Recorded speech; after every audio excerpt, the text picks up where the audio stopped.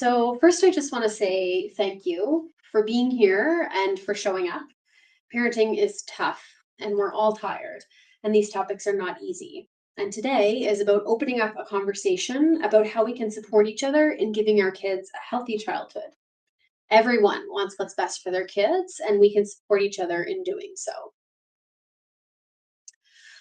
So, the Nova Scotia chapter of Unplugged was founded by myself and three other parents after we discovered Unplugged Canada and we signed the pledge and became impassioned about this topic.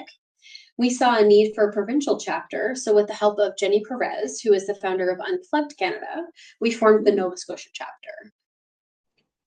So our Nova Scotia chapter has been in several media spotlights in the last few months. You may have seen one of our co-founders, Jenna, post in the media and heard her on the radio. We've been on CBC TV, CBC News, City TV Radio, Global TV, CBC radio shows, and CKDU radio.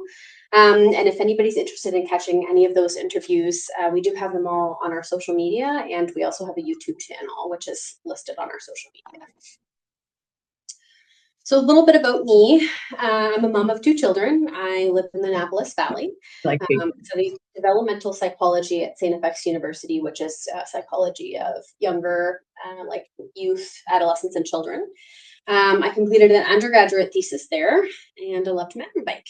I now live in a household with multiple family members who are neurodiverse. And just given my education in psychology, I've always been really interested in how our brains work and how we develop and how we learn. In researching my thesis and completing a study at university, I was able to see firsthand how children learn and how they interpret other people as these others model behaviors for them. The fascination with psychology extends to the subject of smartphones and their effect. And since becoming a parent, I've seen psychology through a new lens as I watch my own children learn and grow. I've noticed the shifts in childhood in the last decade and have noticed the impact that it's having on kids. But after reading The Anxious Generation by Jonathan Haidt and seeing the data that we now have on the impacts of smartphones and social media on kids, it's something we just can't ignore any longer.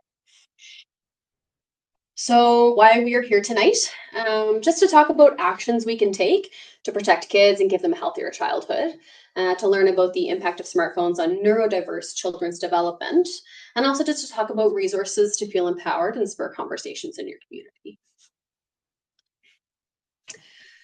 So neurodiversity encompasses a range of neurological variations. It refers to alternative thinking styles such as dyslexia, dyspraxia, autism, and ADHD.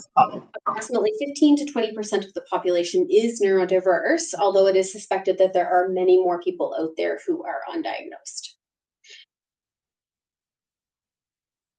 So before we start, I just want to say that living in a neurodiverse home can bring so many challenges and so much joy. And it goes without saying that neurodiversity is what makes our children unique and special.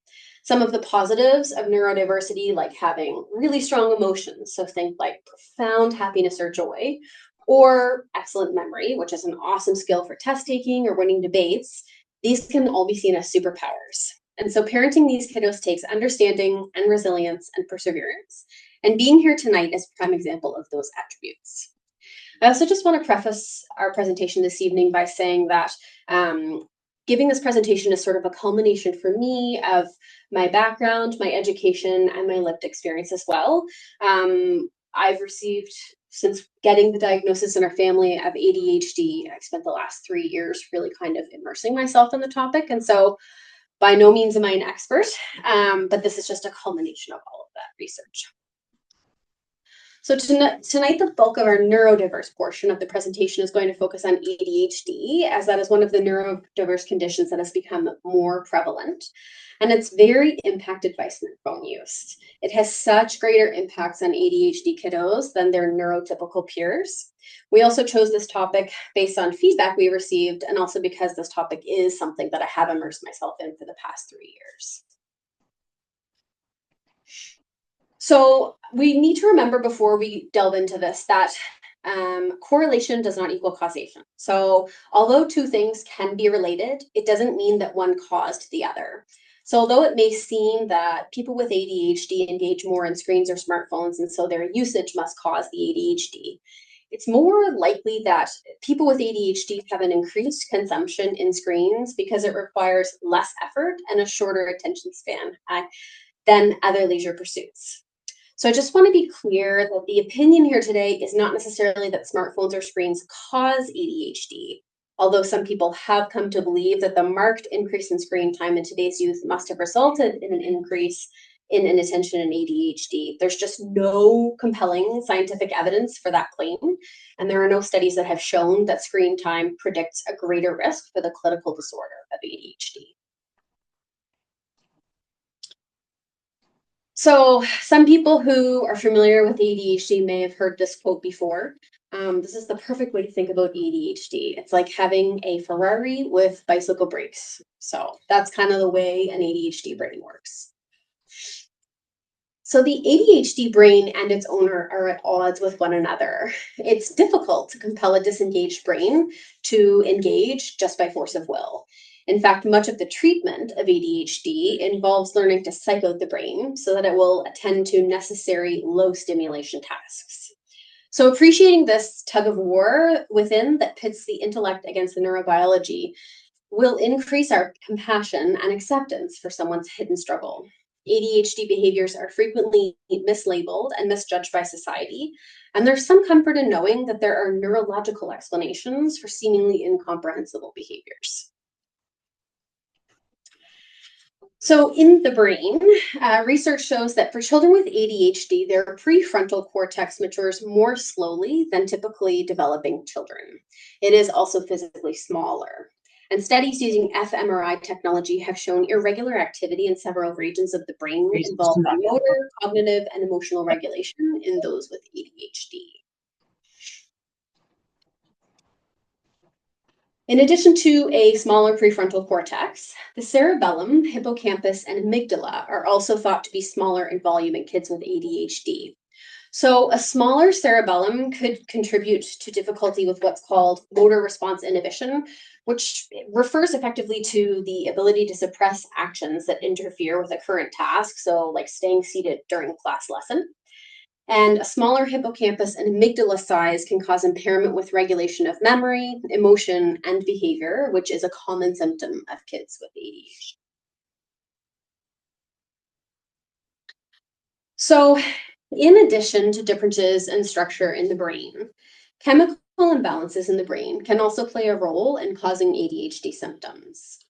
The brain needs to send and receive electrical signals or messages throughout the body, and the brain's able to do this via nerve cells or neurons. However, there are gaps between the neurons. So neurotransmitters are the chemical messengers that fill those gaps and allow for messages to be passed along. One very important neurotransmitter is dopamine, which has several functions. It's passed from one region to another to relay important information via pathways.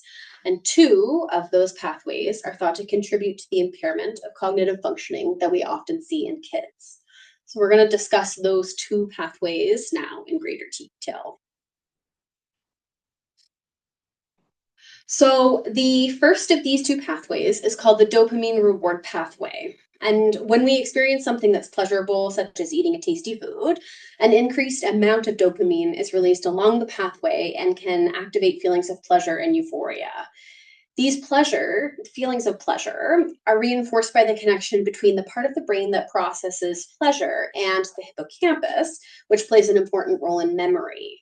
And so what happens is we remember what food is associated with this feeling of pleasure, and it motivates us to eat it again.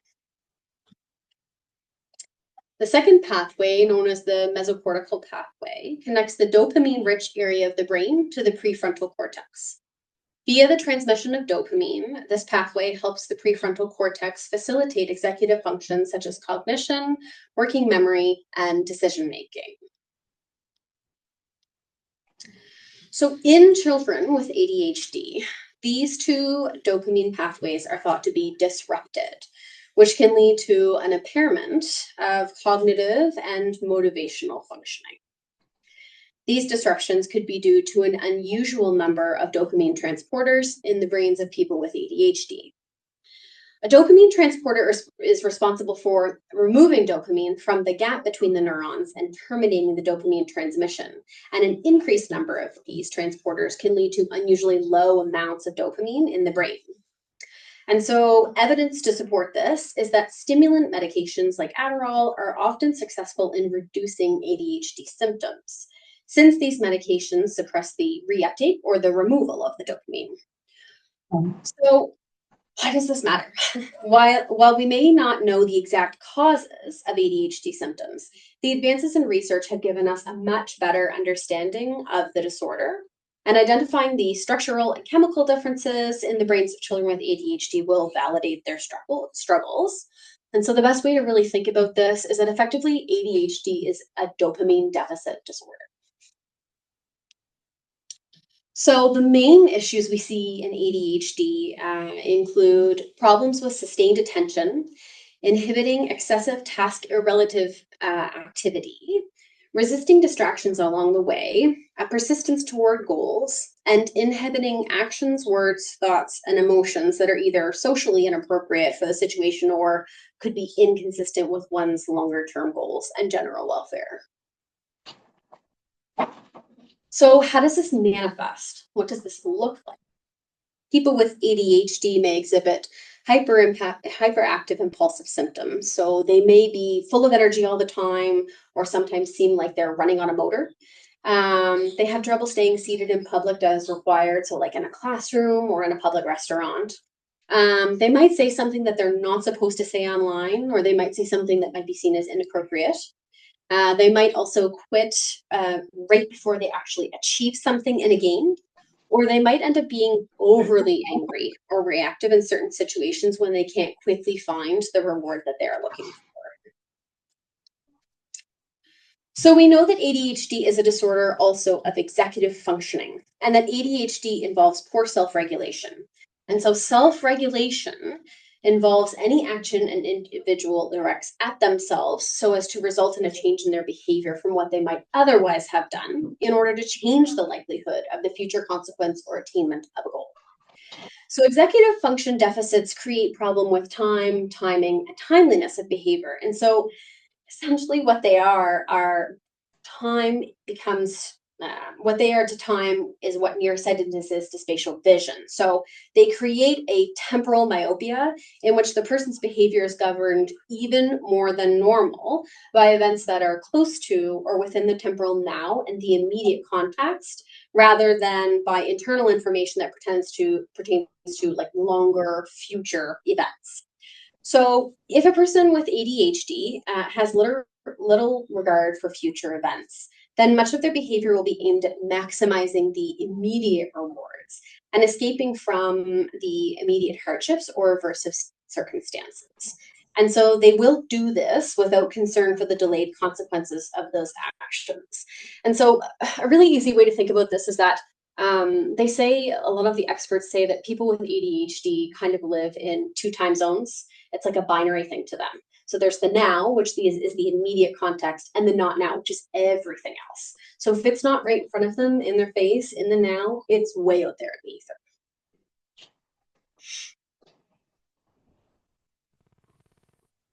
So if you have ADHD and you're forced to make a choice between a smartphone, which is something very interesting and exciting, and a choice between something like homework or doing laundry, it can be really difficult for people with ADHD to prioritize those things. And so adolescents with ADHD tend to seek out rewards and have a lower sense of self-control or an ability to self-regulate. Because smartphones possess so many opportunities for reward, whereas other behaviors in life don't, smartphone use warrants an extra level of concern when it comes to motivating our children with ADHD into completing mundane tasks like schoolwork or chores or responsibilities around the house.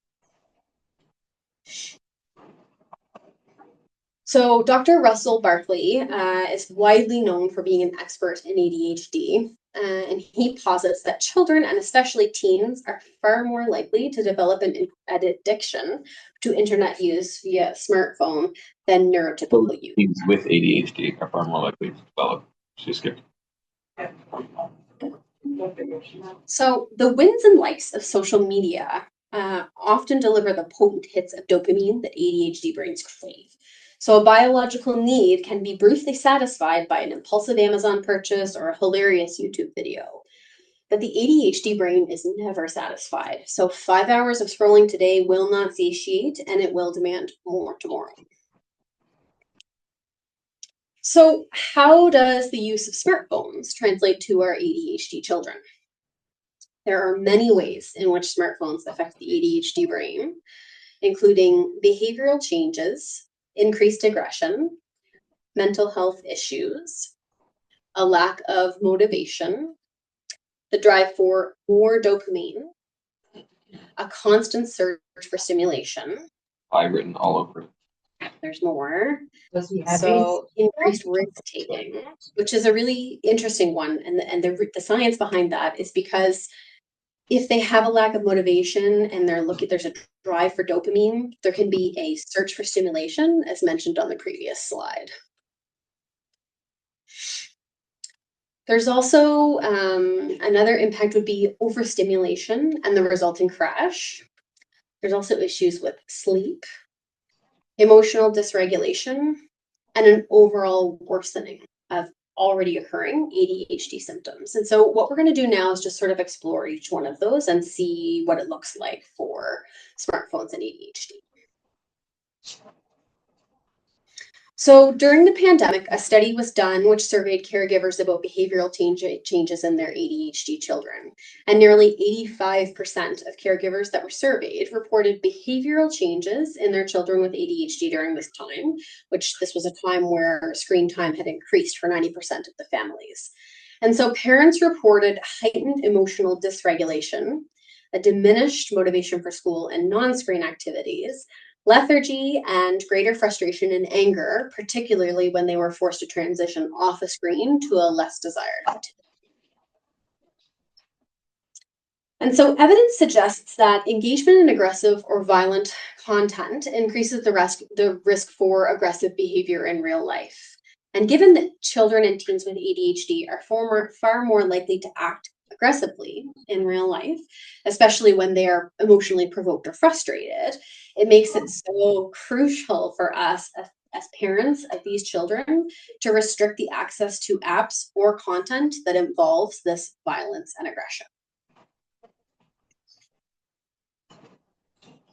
Research also suggests that a use of screen can result in an escalating back and forth damage of mental health symptoms.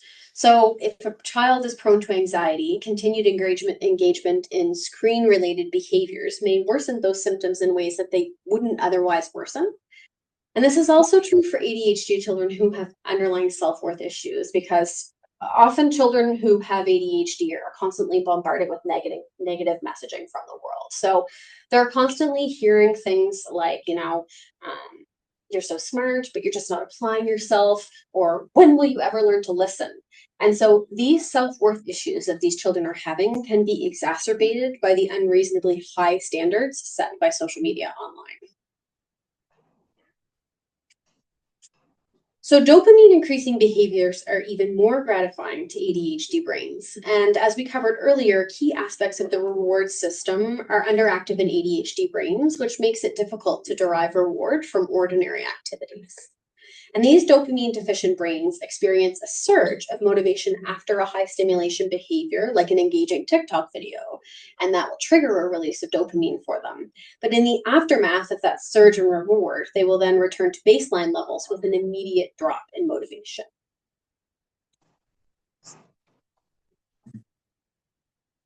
So one of the many consequences of reduced dopamine in the synapses is that the significance of the tasks becomes decreased. If most stimuli appear equally compelling, it's difficult to attend to the most important task. And so as a result, the stimuli for these children needs to have greater personal relevance. So they need to be larger or more immediate or have repeated rewards. And they have to have all of those things to be attractive to ADHD brains. So deficits in the reward pathway, as we covered earlier, decrease motivation. Indeed, ADHD brains struggle to sustain motivation when rewards are only mild or they're linked to long-term gratification. So as a result, ADHD brains search for stimulation that can increase their dopamine more quickly and intensely. And ultimately, the pursuit of pleasurable rewards may become a very potent form of self-medication for these people. And so every behavioral reward that has been studied has been shown to amplify dopamine production. So that's things like food, exercise, competition, and music. However, things like alcohol, opiates, pornography, and physical risk taking increase our dopamine even more. In fact, all the substances or behaviors that can ultimately result in dependencies have the ability to increase the release of impulse reinforcing dopamine and reduce the impulse inhibiting effects of serotonin. So ADHD brains are highly motivated. They're highly motivated to find that unique balance of stimulation that enables optimal functioning. For some ADHD brains, this optimal functioning involves augmenting the existing stimulation, so seeking louder, faster, bigger, funnier, riskier. The more intense, the better. And so boredom becomes a common complaint for the owner of these brains. And in fact, situations, their restless brains will compel their owners to increase the intensity level with like fidgeting or noise or laughter if there's no other route to high stimulation available. And so the more impulsive ADHD brains have their own logic. If some stimulation is good, more is better. And this is the signature short-sighted philosophy of brains compelled to choose immediate rewards over long-term gratification.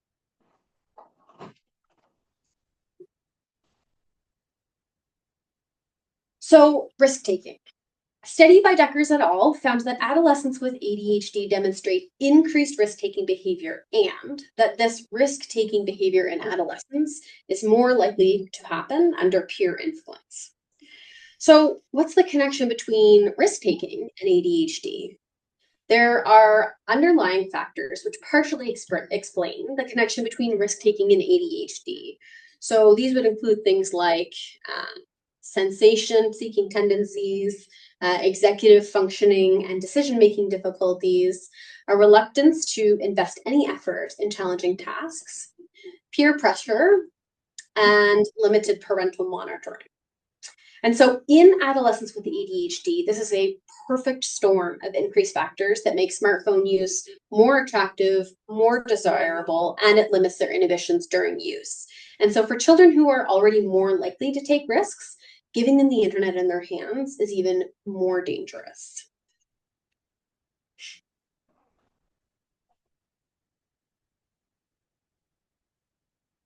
So increased risk-taking in adolescents with ADHD can lead to even more dangerous behaviors on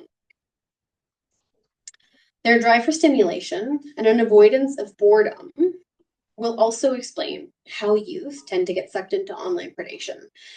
So this is just a sort of a screen grab from a CBC expose on the Fifth Estate. Some of you may have seen it. It was about an extremist online group called 764. And this extremist group was able to control and manipulate teens online into committing acts of self-harm, harm of their pets, and even in some cases, the attempted murder of their parents. So children with ADHD fail to consider in advance the harm that could follow their actions. And it's not that children with ADHD don't care about what will happen. They do, but it's just simply that they don't think ahead about the likely consequences that are associated with these actions.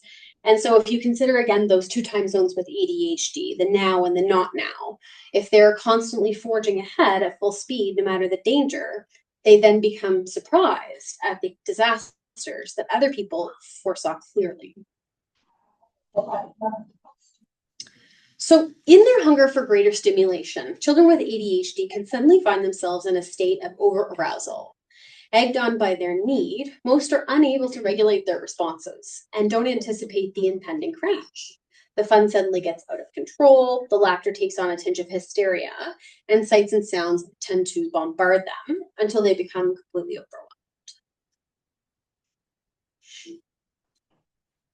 So, ambushed by this physiological overload, and then also depleted of psychic energy, a youth with ADHD will then become irritable, they'll become restless, or they'll become aggressive. And so their brains will abruptly demand respite from the commotion so that they can regroup with negligible stimulation. And so what happens is their sudden and total withdrawal becomes then a source of confusion for everyone else who know them as only the spirited stimulation seeker.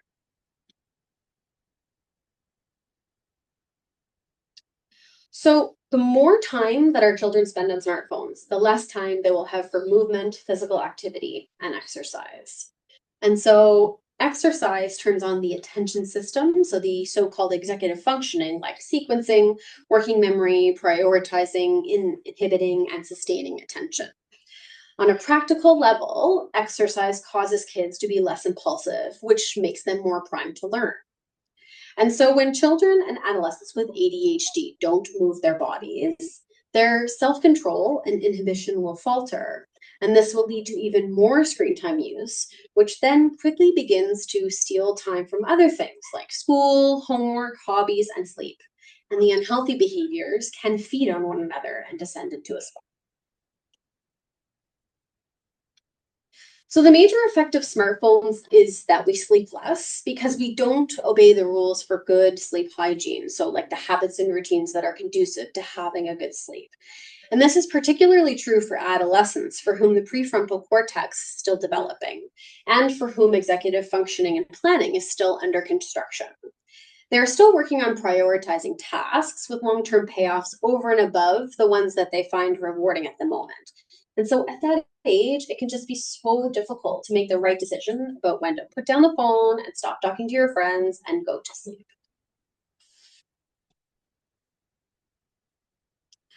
So another aspect to the sleep issues is that the type of lighting used in smartphones adversely alters the brain's light receptor center relating to perceiving nighttime and initiating sleep cycles. And studies have shown that the blue LED light from smartphones further increases alertness while suppressing the normal elevation of melatonin. With delayed melatonin production, ADHD brains are flooded with both internal and external stimulation into the early morning, which can delay sleep and make it difficult for them to become an early riser. Further, engaging in exciting or emotionally arousing apps before bedtime can adversely affect sleep onset. And children with ADHD have a great deal of trouble transitioning from high stimulation, so like smartphone content, to low or no stimulation, like a dark bedroom at bedtime. So the the reticular activating system in the brain is responsible for regulating arousal and the sleep-wake cycle. And in ADHD brains, the RAS is dysregulated. So then what we see happen is circadian rhythms will skew toward higher activity levels in the evening, resulting in later bedtimes and awake times. In fact, many people with ADHD tend to celebrate when they finally have time alone to themselves late at night. And this is when they become attracted to internally driven activities like engaging with social media, looking at porn, or playing online games. And with their greater arousal, which is often experienced as a second wind, these brain pleasing behaviors end up becoming reinforcing.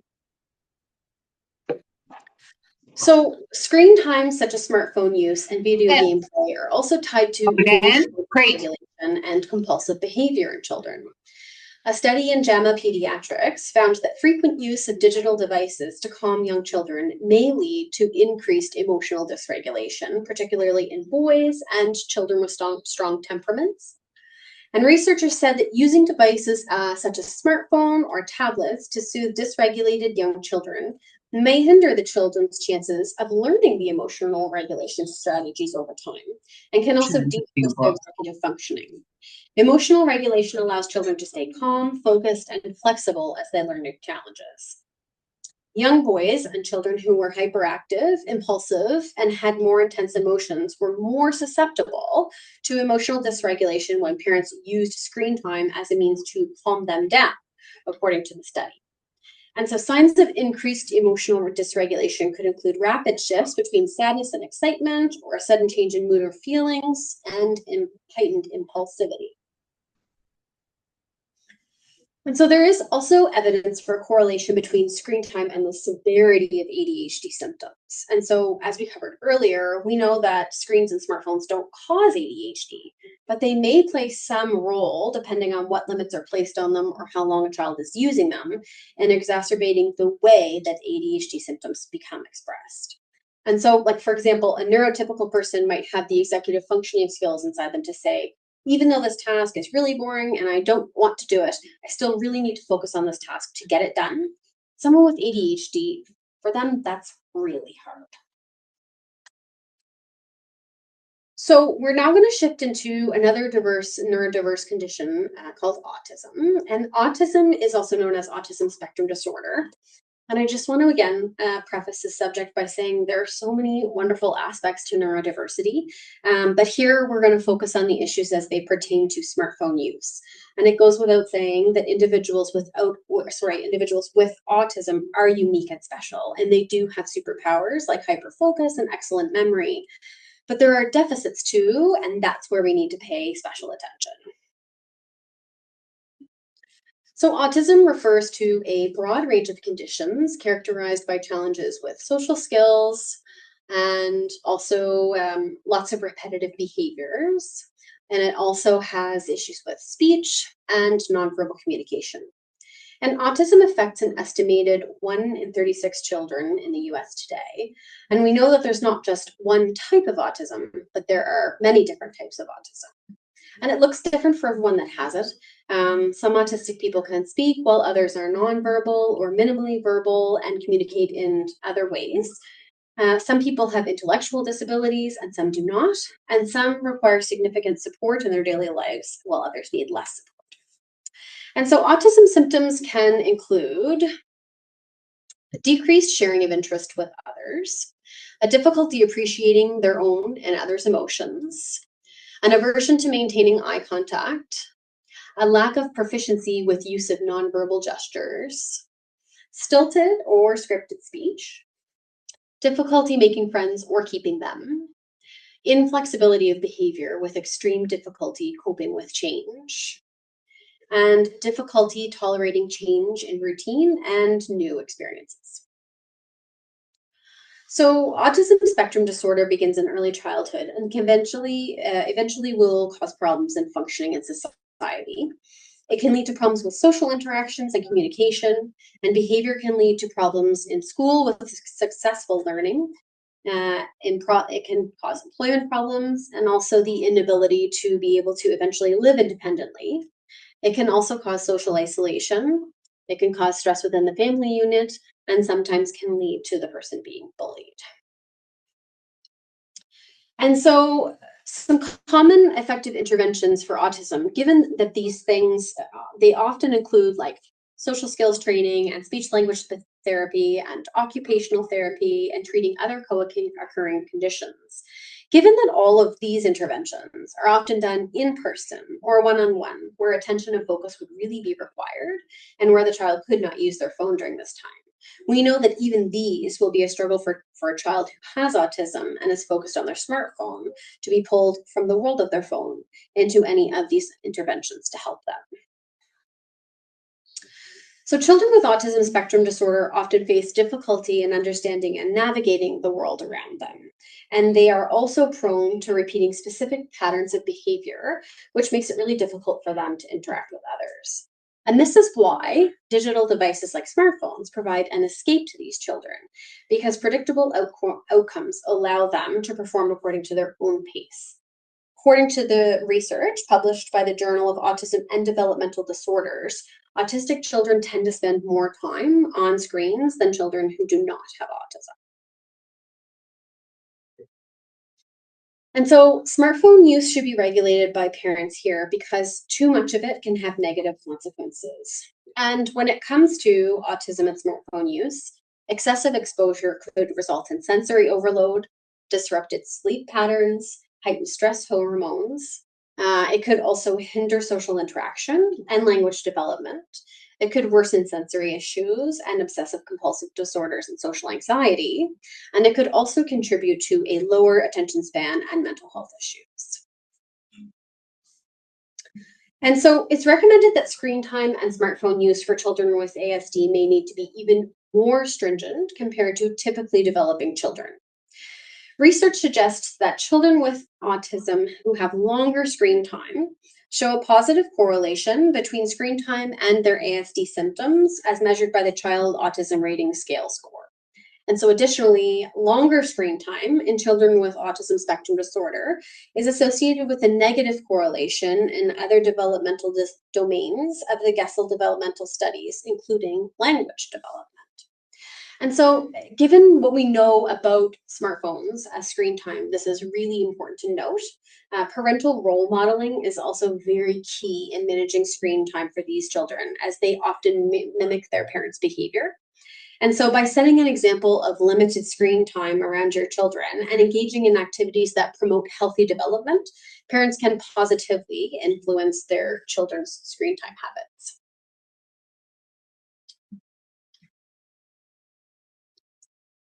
But what's so bad about smartphones? So, we're going to shift into part two of the presentation, which talks a bit about smartphones. And so, what I want you to do now is hold all of those concepts in your mind that we just talked about. So, keep in mind everything that you just heard about autism and ADHD. So, with autism, they can have issues with social skills and communication. They can have difficulties with making and keeping friends. They can socially isolate, and they can easily be victims of bullying. And then also consider that those adolescents with ADHD may become easily emotionally dysregulated and then become impulsive, will take greater risks, often will say inappropriate things. They often lack self awareness and they often don't think of the future or those consequences. And so I just want you to hold those concepts in your mind as we learn together about the risks of smartphones on these children. So 2024 has been a turning point. New research emerged on the impacts of smartphones and social media on kids, resulting in new cell phone bans across the country and even governments around the world looking to ban social media for children under 16. And this is a lot for parents to navigate and understand. So, Unplugged Canada's mission is to educate parents about the risks of early smartphone use and to inspire a collective commitment to restoring childhood. And you can now prove that not everyone in their class has a smartphone. So, how did we get here? And why has this become a huge concept now? So, phones have evolved so much over the last 2 decades, and we call them phones, but it would be really more accurate to call them handheld supercomputers that put the entirety of the internet and social media in your pocket 24/7. And it's important to point out that smartphones don't just give our children access to the internet, but they give the whole of the internet access to our children. And parents are in an impossible position here. So either we give our children access to a product that should really only be for adults, something that we know to be harmful, or we risk cutting them off from their peers just at the moment when we want them to make new friends at a crucial stage in their lives. And I also just want to point out that this isn't about feeling guilty if your child already has a smartphone. I mean, we can all support each other to make change, and it's never too late to make those changes. And so, if we all know that smartphones aren't necessarily a good thing for kids, why does almost every child have one? It's because everyone else has one.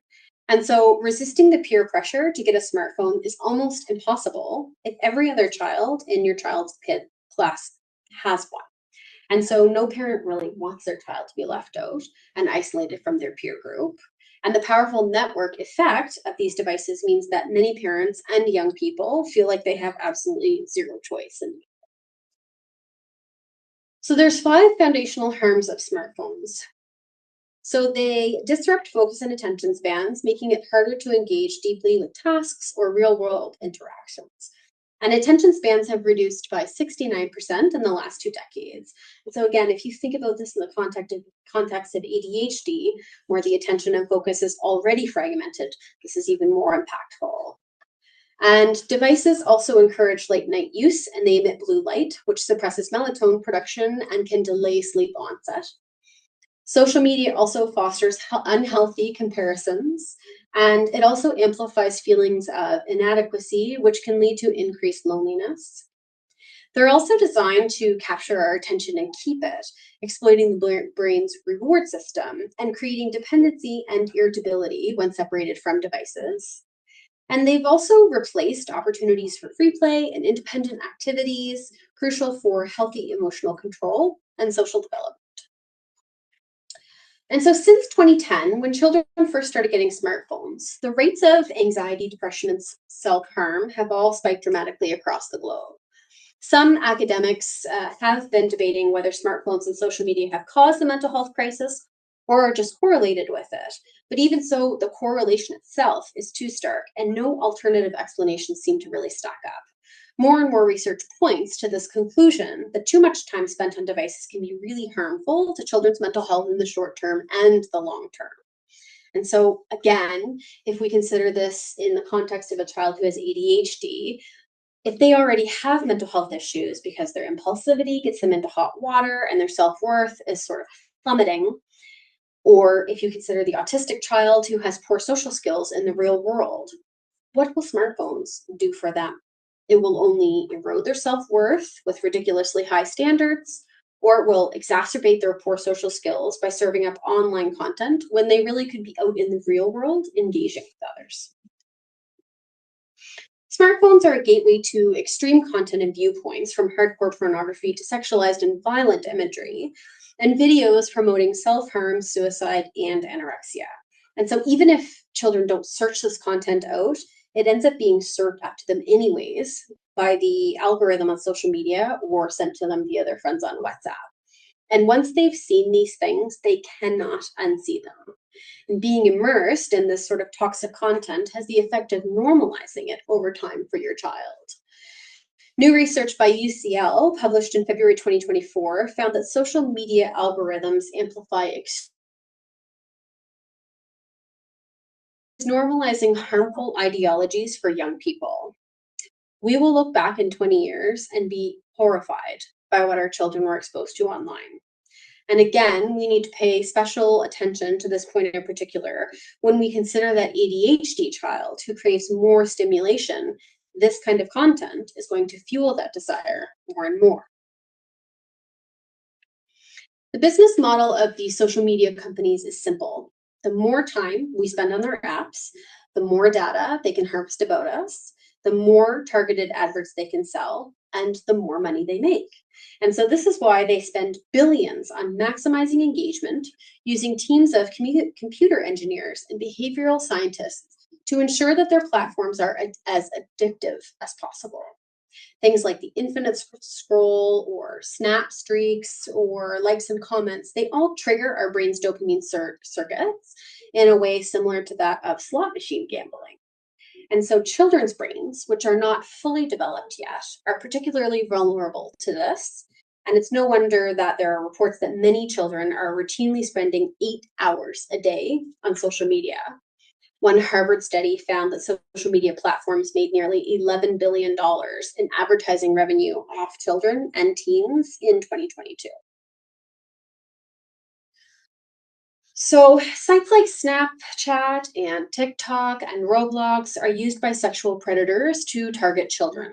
And sextortion is now the fastest growing crime against teens. And I also just want to highlight this by saying that Nova Scotia has the highest human trafficking rates in all of Canada. So, for the whole country, it's here, it's happening. And Nova Scotia has 4.5 incidents for every 100,000, which is well above the national average of 1.4, with Halifax being the highest city in all of Canada. So this is something that's happening here in our communities. So we all see it and feel it. And there are many who may question, well, are we 100% sure that it's the phones and social media? Why do we have to be 100% certain before we do something?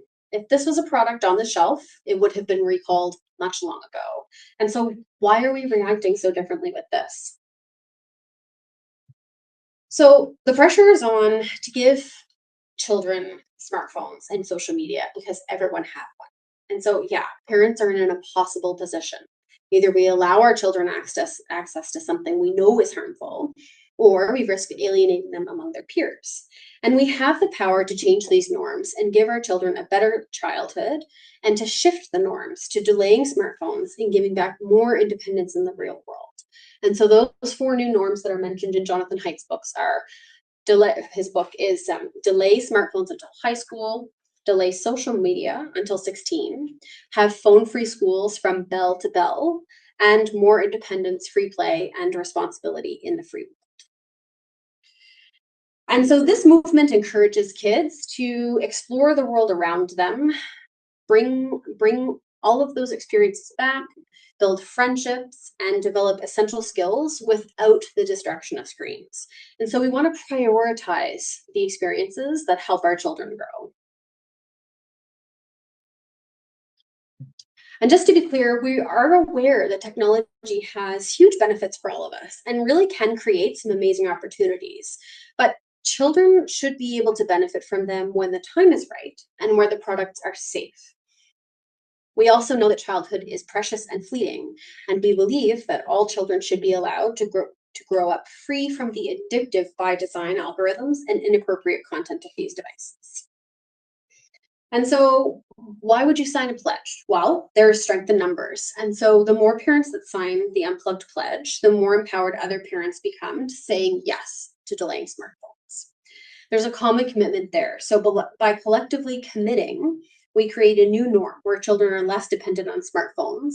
And our collective action shows other parents and lawmakers that we're serious about this. So, how do we navigate the shift with our kids? So, you want to think about how your children are using technology. So, if they're engaging in technology, how are they using it? So, you want to consider the location. So, are they using devices out in an open space, supervised, or are they plugged into a personal device alone in their room? Consider the medium. Are they watching content on a TV in like a family room, which reduces the risk of nearsightedness and neck issues compared to watching something on a tiny device? And then also consider the frequency and time. So, occasional use for short periods of time provides exposure to technology without taking away too much time from other activities. The other thing to consider is access over ownership. And so this means giving a child access to a family device on your rules.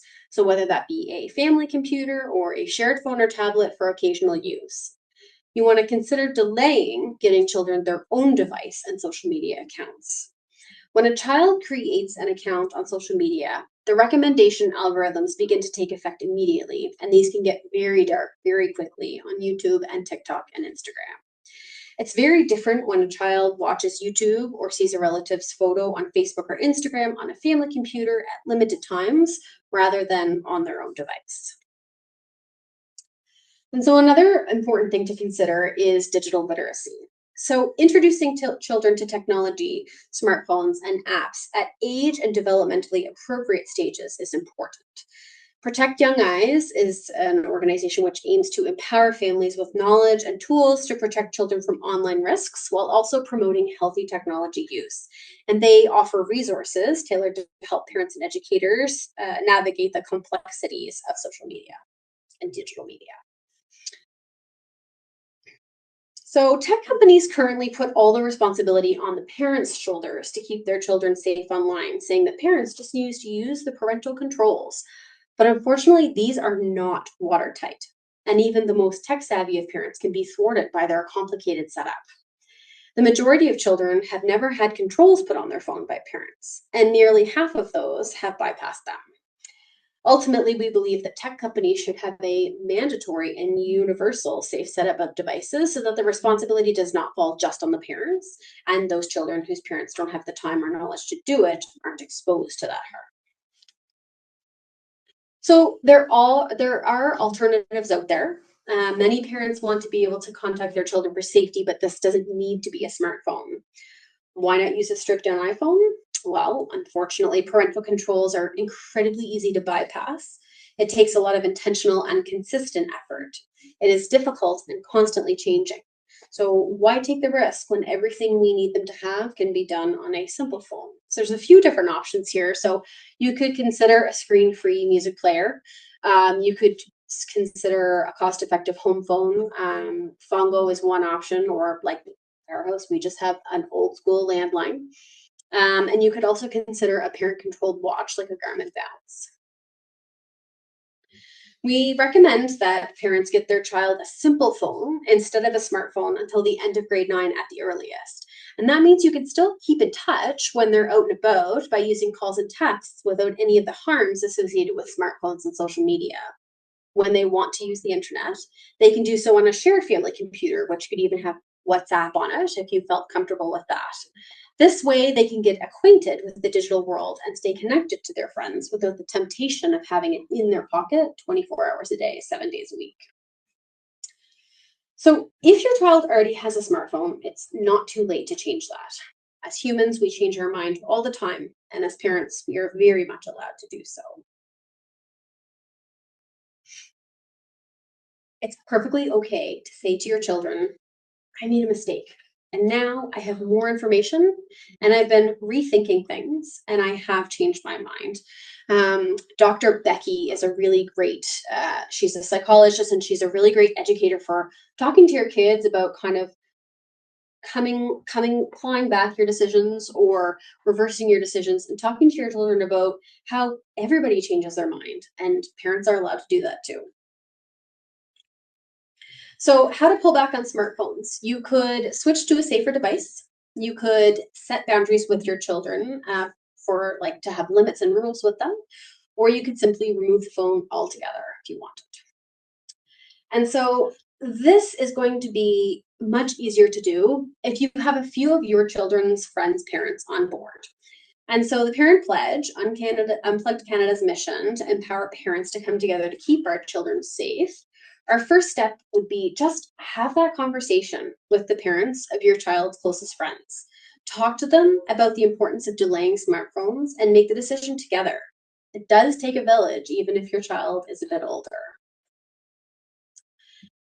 If kids had a highly addictive drug in their pockets that was widely available, there would be a huge uproar to do something about it. And this is exactly what social media is, and it's something that we need to act upon now. So, with that said, with Meta's removal of fact checking and reduction in moderation, there will be more inappropriate and harmful content on Facebook and Instagram.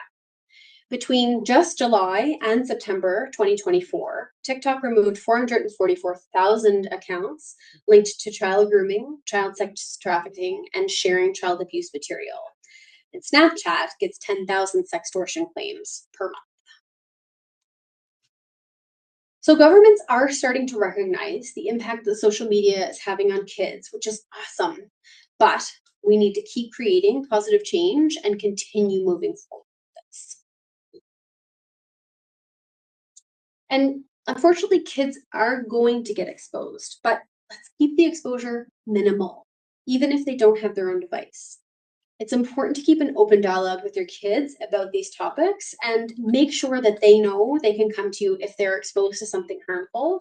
You want to provide support and limit judgment. And so it's not all about taking things away. We want to give something back. So we've spent the last decade or more overprotecting our children outside in the real world while underprotecting them online. Kids need more play and time outside to build crucial skills. We need to reclaim life in the real world, replace screen time with real world experiences involving friends and independent activity so that limits on devices don't feel like a deprivation, but the opening up of a world of opportunities out there. We need to spend more time helping our children build critical skills. They need to form resilience, the ability to bounce back. They need to build confidence by solving problems on their own. They need to find their independence on their own without external validations. And they desperately need to build critical thinking skills to develop sound judgment. So, what's the too long didn't read here? Later is better, less is more. Every family is different, and how you approach this within your family is your decision.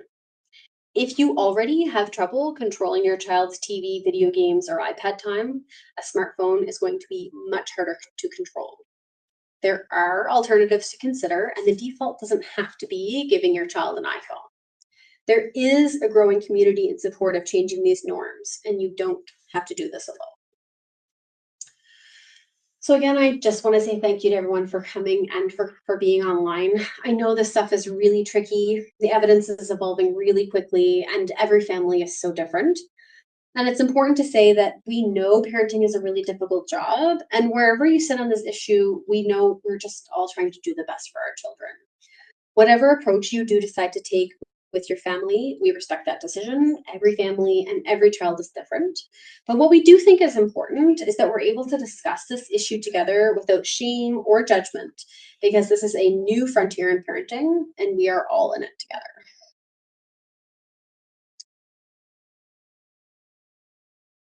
So I'm just wondering if anybody in the room has any questions about any of the things they heard today. I have one question. Sure. In your opinion, what time we should put our cell phone to sleep better? Like, what do you think? What's the best? I would say at least an hour before bedtime, to give them like a good wind down. And I think paying it, so just for everybody online, the question was, when should smartphones be put away or turned off before bed? So I would say, yeah, an hour before for sure. And working on sleep hygiene, I think, is so important too. Like talking to your kids about setting up a bedtime routine and kind of going through those motions, like whether it's, depending on how old your kids are, but just having those things that kind of signal to them and to their brain that we're starting to wind down now. So you put away the screens, and then you've got like a story or a routine or a ritual. There's the teeth brushing, there's the, anything that you want to add into that really solidifies that routine in their mind. And eventually they will probably start to associate the fact like, okay, it's time to put that away, or we're going to shift it to something else. Can you elaborate on like why or the benefits of an hour before bedtime? I think I know, but I'd like to hear. I would definitely say that it does have to do with those pieces that we were talking about with like the reticular activating system, and kind of the signals from the blue light. I think all of that, having that so close to bedtime, it's almost like your body can't really transition. So I think it's important. I mean, I'm sure there's lots of research on it, and I don't have any at my fingertips, but I know just with winding down your body and your brain, I think being away from those screens can help signal to your body that it's time to wind down. Because if you have that bright light in your face, your body's not really getting the message that it's nighttime, it's time to wind down, we're going to sleep. And with like interacting on social media or watching videos on YouTube, would that be considered stimulation that your brain has to come down from to 100%. Yeah, that transition from all of those things that you're seeing online, like it does, all of those things feel good, right? They're stimulating, they're engaging, they're funny. So you're looking at your phone and you're laughing, or you're looking at things, or even if it's negative, if you're reading comments you don't like and then you get worked up. So all of that would contribute to a later sleep onset and sleep problems. So it's better just to put it away. Yeah. You have a question? Yes. It's not really a question, but I actually found out there is a way that you can actually make your screen all red, so it's not blue light, it's red light. Oh yeah. So is it so you can change your phone screen so that it's not emitting blue light? So do you go in the settings? Is there something in there? Yeah, I think forget how, but I remember I seen like a YouTube video that told me how, and then I figured out how to make it like if you press the off button 3 times in a row, then it goes red, and then if you have that like that, it doesn't make you up. Like it makes you less like. It makes you more that you can like go to sleep better. Yeah, you can transition to sleep. Yeah, and that would be better maybe for the daytime too. But I think overall, even whether your screen's emitting the blue light or not, I think it's still a good habit to put it away, well before bed, so you're not having trouble transitioning. Does anybody else have any other questions? I have a question. I don't know if you'll be able to answer, but when you touched on Halifax being a big hub for human trafficking, what do we know about that, and how do we reconcile giving more freedoms, having that information? Is it through internet and social media and apps, or so we hear all sorts of stories? So I know, Jenny, you had been looking at the research, but then Bethany and Robin, you guys had done the presentation with the RCMP about like digital safety and all of that stuff. Was there anything you learned through there that would be helpful for that? I mean, I think it was clear that the online danger was definitely the concern. Yeah. Where, where the issue was, and not, I mean, the RCMP officer definitely, it's like, I mean, a playground Yeah. is where you want your kid to be, not on the internet. So, I mean, that message was clear. I was gonna say too, I think, what you hear a lot is, and there's tons of recent reports coming out, especially in the States and other parts of Canada, but like many times those things start online. Mm-hmm. They figure out where they get some kind of personal information out of that child as to what school they go to, what team they're on. They even, pretend to meet up with them as if they're a young friend. And then once they meet them in person, that's when they get trafficked. But it's not like people aren't just showing up to a playground and taking kids off the playground. They're coercing them online first to be able to get them in person to then fortunately get it. So it is a great question though, because it's kind of can feel like this weird balance of like, I want to give them more freedom, but is there then a risk if this is really high? But in many cases, these are actually starting online and getting personal information about them to groom them and make them trust them. Yeah. And then that's how they can get, not like most kids would, maybe scream or yell, even if they were going to try to get brought into a vehicle or something. But this is where they think they're going somewhere trusted. The RCMP actually does have a public talk already on human trafficking specifically that they give around the community. But, if you keep your eye out, various libraries will be hosting them, and it's a whole information session on human trafficking by the RCMP. So, Thank you. Yeah. Is there any other questions before I go to the online participants? Did you see any? Not in the chat yet.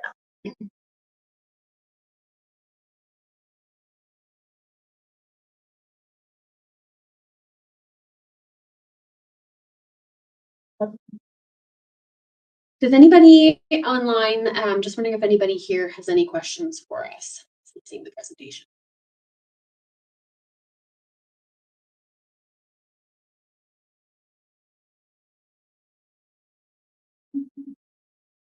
Okay, seems pretty quiet there. Okay, well, thank you everybody online for joining us this evening. And is it possible to get a copy of the slides? So I am going to send an email out after the event, and we're going to have some resources, and we will also have, if we can get it uploaded, we'll get a recording of the presentation to be able to rewatch if you'd like.